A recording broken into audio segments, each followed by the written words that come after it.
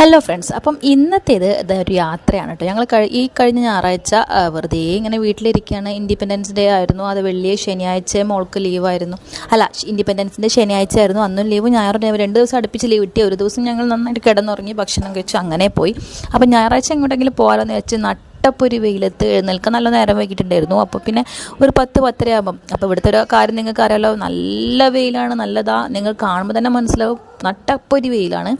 അങ്ങനെ ഞങ്ങൾ ഇറങ്ങി തിരിച്ചു. എന്തിനാന്നല്ലേ, ഇൻസ്റ്റാഗ്രാമിലും റീൽസിലൊക്കെ നമ്മൾ കണ്ടിട്ടുണ്ടായിരുന്നു, ഇവിടെ ഒരു സ്ഥലത്ത് നല്ല ചെട്ടിപ്പാടം അല്ലെങ്കിൽ നമ്മുടെ ഗുണ്ടുമല്ലി തോട്ടം ഉണ്ടെന്നുള്ളത്.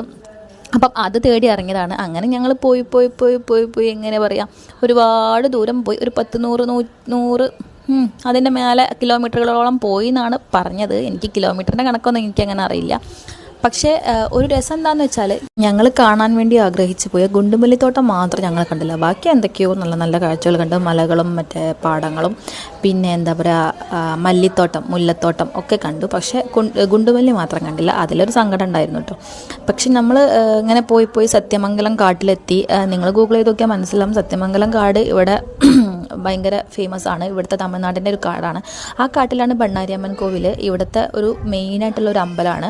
നമ്മുടെ നാട്ടിലുള്ള കൊടുങ്ങല്ലൂർ ക്ഷേത്രമൊക്കെ പോലെ തന്നെ ഇവിടെ മെയിനായിട്ടുള്ള ദേവി പ്രതിഷ്ഠയുള്ളത് അവിടെയാണ്. അവിടെ നിന്നാണ് ബാക്കിയുള്ള അമ്പലങ്ങളിലേക്കൊക്കെ എത്തിച്ചേർന്നത് എന്നാണ് ഇവിടെ നിന്ന് പറഞ്ഞു കേട്ടത്. നമ്മുടെ അയൽവാസി പറഞ്ഞെന്ന കഥയാണ് കേട്ടോ. എത്രത്തോളം സത്യമുണ്ട് അല്ലെങ്കിൽ എങ്ങനെയാണോ എന്നൊന്നും എനിക്കറിയില്ല. ഞാൻ കേട്ടത് നിങ്ങളോട് പറയുന്നു എന്ന് മാത്രം. അപ്പം നമ്മൾ സത്യമംഗലം കാടിൻ്റെ ഉള്ളിലേക്ക് പോകാനായിരുന്നു നമ്മുടെ എന്താ പറയുക പ്ലാന്. പക്ഷേ അത് അവിടുത്തെ ഗാർഡുമാർ തടഞ്ഞു കേട്ടോ. കാര്യം നമ്മൾ ബൈക്കിൽ പോകുന്നത് അവിടെ ഭയങ്കര റിസ്ക്കാണ്, പ്രത്യേകിച്ച് കുട്ടികളെയും കൊണ്ട് പോകുന്നത് നല്ല റിസ്ക്കാണെന്ന് പറഞ്ഞു. കാരണം അവിടെ മൃഗങ്ങളൊക്കെ ഇറങ്ങും, ആനയും പുലിയൊക്കെ ഉണ്ട്. അതുകൊണ്ട് മുന്നോട്ട് പോകാൻ അവർ സമ്മതിച്ചില്ല. നമ്മളെ നേരെ തിരിച്ചയക്കുകയാണ് ഉണ്ടായത്. നമ്മൾ നേരെ തിരിച്ചു പോന്നു. ഇവിടെ ബണ്ണാരിയമ്മൻ കോവിലിൽ കയറി തൊഴുതു. ഞായറാഴ്ച ആയതുകൊണ്ട് തന്നെ അവിടെ അത്യാവശ്യം നല്ല തിരക്കുണ്ടായിരുന്നു. ക്യൂ ഒക്കെ നിന്നിട്ടാണ് തൊഴുതത്. അപ്പം അതങ്ങനെ വെടിപ്പായിട്ട് നടന്നു. നമ്മൾ കാണാൻ ആഗ്രഹിച്ചിറങ്ങിയ കാര്യം മാത്രം കാണാൻ പറ്റിയില്ല. പക്ഷേ എന്നാലും ഞായറാഴ്ച നല്ല അടിപൊളിയായിരുന്നു. അപ്പം ഇന്നത്തേക്ക് ഇത്രയേ ഉള്ളൂ. നമ്മുടെ ഞായറാഴ്ചത്തെ യാത്രയിൽ ഒരു കാര്യം കൂടെ ഉണ്ട് എനിക്ക് നിങ്ങളോട് പറയാൻ വേണ്ടിയിട്ട്. അത് ഞാൻ അടുത്ത വീഡിയോയിൽ പറയാം.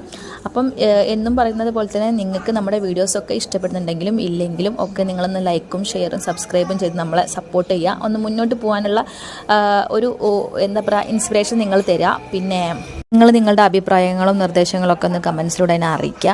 പിന്നെ നിങ്ങൾ എങ്ങനത്തെ വീഡിയോസാണ് എന്നിൽ നിന്ന് പ്രതീക്ഷിക്കുന്നതും കൂടി നിങ്ങൾ പറഞ്ഞാൽ ഞാൻ അങ്ങനെ ചെയ്യാൻ വേണ്ടിയിട്ട് ശ്രമിക്കാം.